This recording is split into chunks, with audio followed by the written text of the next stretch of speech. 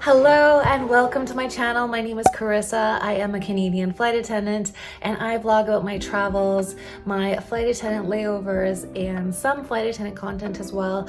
But today I wanted to do something a little bit different than my usual content, and that is to talk about safety as traveling as a female solo traveler, or perhaps as a new flight attendant. Just some things that I have learned, tips and tricks over my years in this profession and traveling all over the globe. I really hate that the world is not all flowers and fairies and angel dust.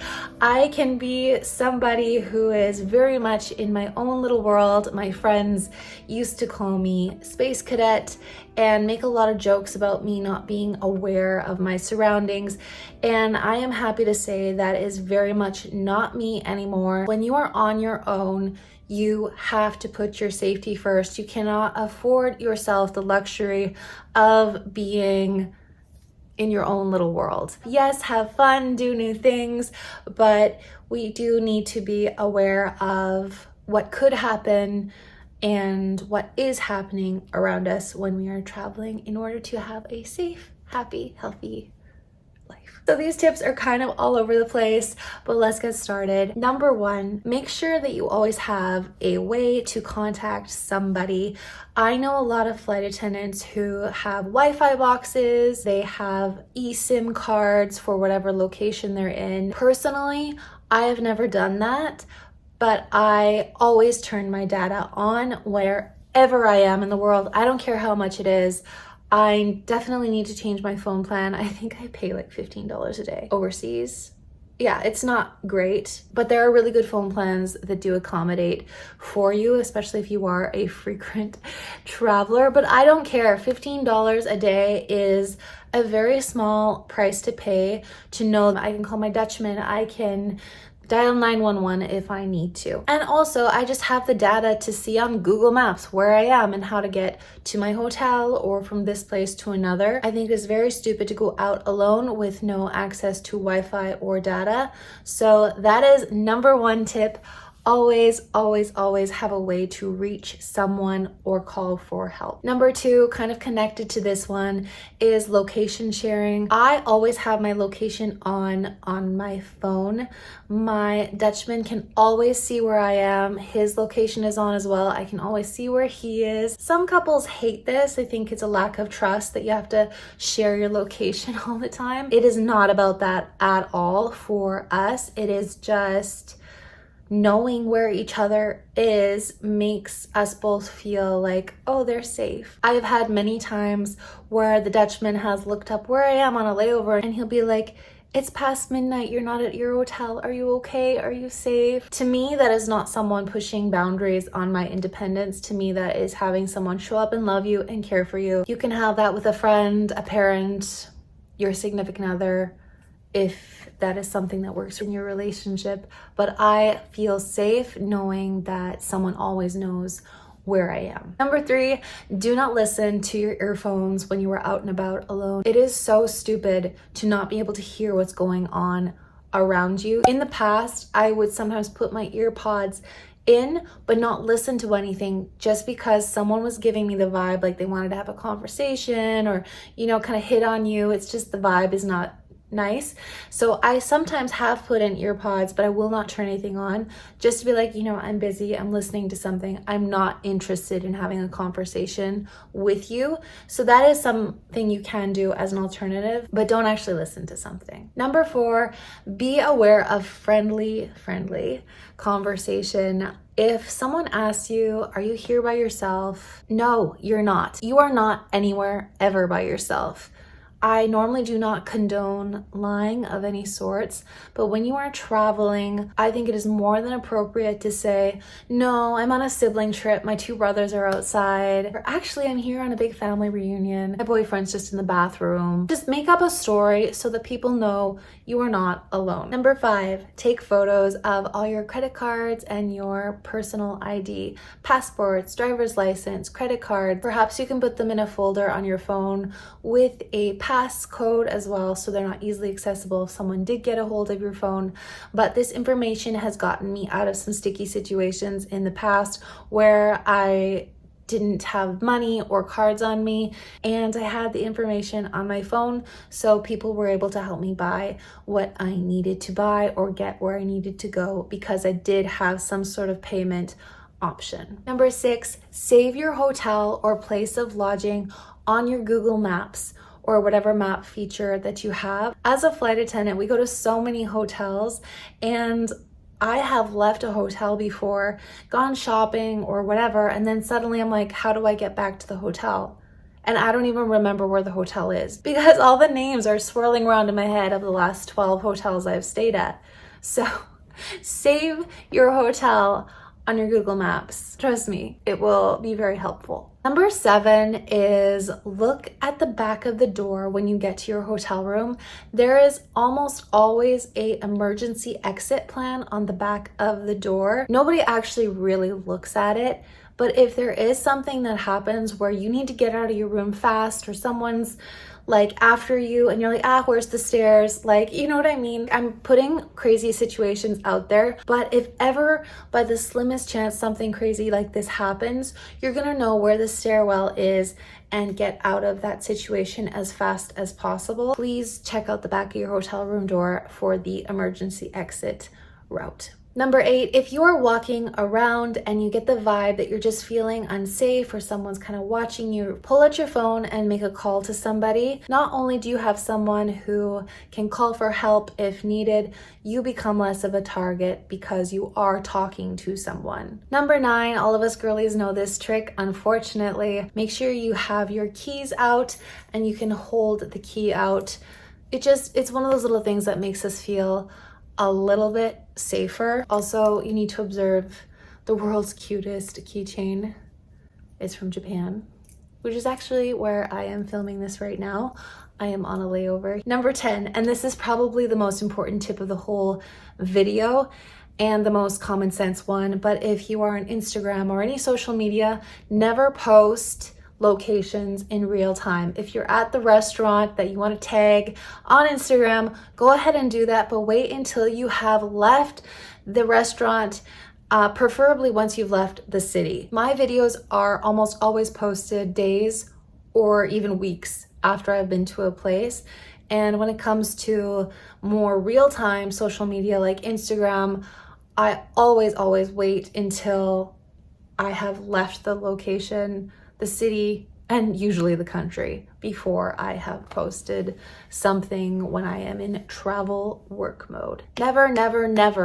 Never post where you are in real time with the location. Just don't, ever.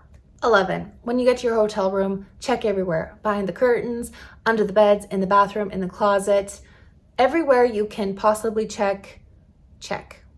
Also, while you are checking, leave the door open about this much at least. I just usually put my suitcase in between the door so that if there was someone in my room, God forbid, I haven't shut the door on myself. I have an easy exit, and also if I yell, someone is going to hear me a lot better than if the door is closed. 12, if the hotel gives you an adjoining room to another one where there's a door in between these two rooms, I ask for a different one. However, if they do not have another room available, I will often just shove a chair under the handle so it cannot move, and it just adds another layer of safety. I think we're on number 13, and for this one, I have purchased this little door lock on Amazon. I'll put the link in the description box. I've seen so many flight attendant girlies post about this, and I have slept on it for literally years, but I finally got one in this cute pink situation, and this just adds another level of security for your door.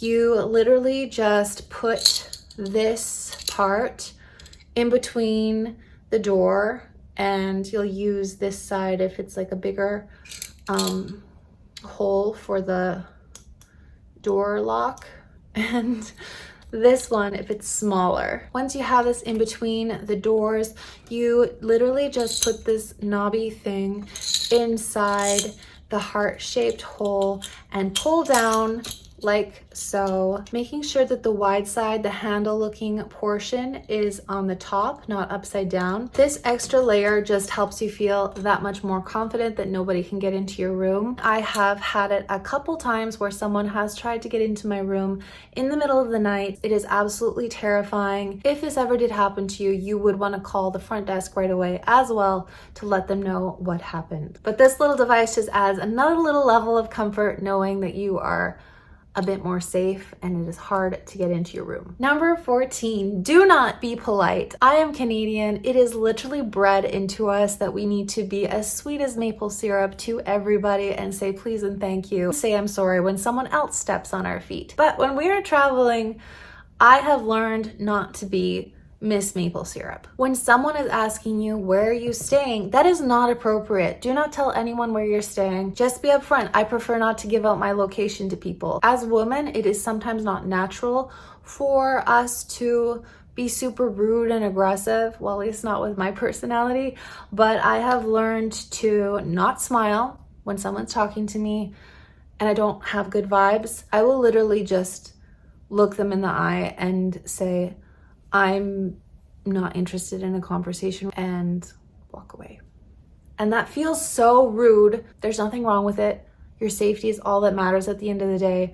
And that brings us to the most important tip of the video. I know I already said that, but this one trumps the other one. And that is to listen to your intuition, to your gut feelings at all times. If something does not feel right, something's not right. Trust that and go. I have had feelings in certain areas and I don't know what would have happened if I stayed, but I left. I don't know why. I don't need to know why, but I trust myself. I trust my gut, my intuition, and that's the kind of stuff that can save your life. Take the elevator alone. If someone's like holding the door for you and being like, what floor are you on? And you're not getting the vibes. Like, I share the elevator with people all the time, but there are times where I'm like, I don't want to, no. Whoever's in the elevator is not the vibe. So I just say, oh, I'm waiting for someone. Thank you, go ahead. Trust your intuition. You don't want someone who's giving you bad vibes to know what floor you're on. Just don't get on the elevator. Number 17, this one is often overlooked, but when you get into your hotel room, make sure that the windows are locked. Make sure the patio doors are locked if you have a patio. I don't care if you're in a hotel room on the 20th floor in New York City, there are window washers. I'm sounding a bit crazy, but really this is about building habits that protect you and keep you safe wherever you are. And no, someone is probably not going to break into your room if you're on the 40th floor of some hotel room building, but building the habit will ensure that you do it every single time, no matter where you are. Number 18, do be aware of hotel scams. For example, you get someone saying housekeeping outside of your hotel room, but you didn't order anything from housekeeping or room service. You don't need to open the door. This is probably one of the most common ways that people get into your room or get you to open your door. So just don't, unless you called them. Number 19 is to be careful of your food and drinks when you are on your trip. It is very easy nowadays to slip something into your food or beverages. And sometimes people just say that when you're like, oh, having a drink at the bar. But no, it can literally happen at a fancy restaurant where you're sitting at a table having a cup of English tea. It only takes one person going to the bathroom and slipping by and dropping something into your food or beverage when you're not looking. It's not something that just happens at the bar. It can happen anywhere, any place. So when I am eating out or having a beverage, I am very aware of people's hands.